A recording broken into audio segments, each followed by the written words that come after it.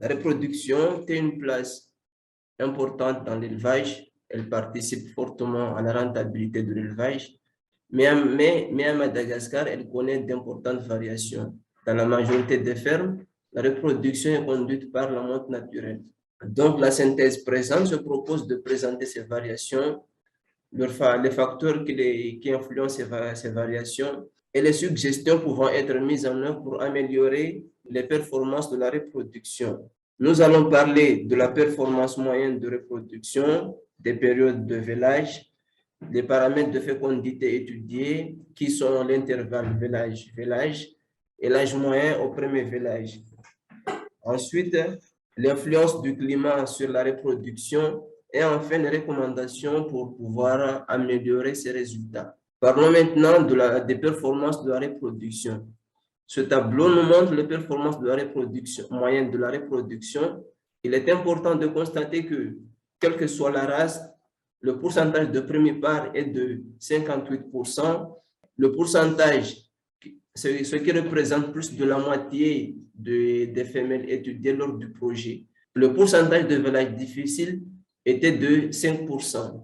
Par contre, le taux d'avortement, le taux de prolificité, le taux de femelles à la naissance sont respectivement de 0,1, 1 et 48%. Maintenant, parlons des périodes de vélage qui représentent les vélages moyennes au cours de l'année durant le projet. Il est important de constater que les pics de vélage sont obtenus entre le mois de décembre et mars, c'est-à-dire durant la saison de pluie, ce qui permet d'avoir des ressources fourragères plus importantes pour nourrir les animaux. Mais en faisant la corrélation entre les périodes de vélage et la croissance des veaux, nous avons obtenu que les veaux qui sont nés entre le mois de septembre et décembre, leur croissance est plus élevée par rapport aux autres veaux qui sont nés dans les autres périodes. Donc, il est fortement de planifier ces vélages en fonction de la croissance des veaux obtenus. Pour les paramètres de fécondité étudiés, nous avons étudié deux paramètres qui sont l'intervalle vélage-vélage et l'âge moyen au premier vélage.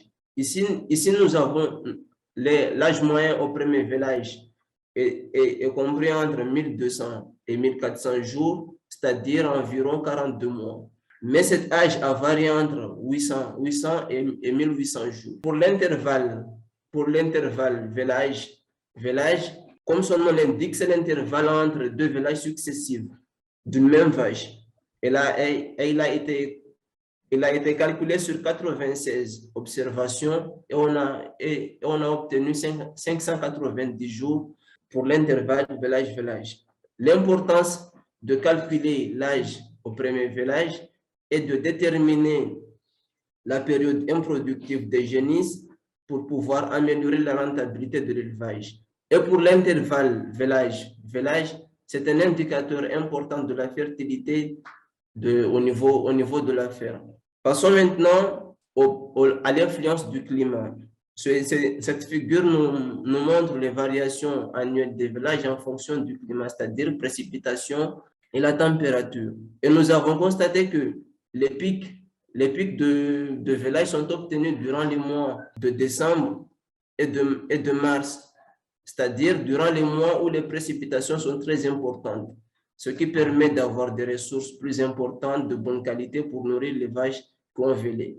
Et cette figure nous montre aussi les variations des périodes de saillie fécondante en fonction du climat, c'est-à-dire, comme nous l'avons dit, précipitation et température. Et nous remarquons que les pics de saillie fécondante sont obtenus au mois d'avril et au mois de juillet, c'est-à-dire juste après la saison de pluie. Pour améliorer ces performances, nous avons des recommandations pour pouvoir les améliorer. Planifier les vélages durant la période septembre-décembre pour obtenir une meilleure croissance des veaux. Planifier les vélages quelques semaines avant la saison de pluie pour offrir aux animaux des fourrages de bonne qualité.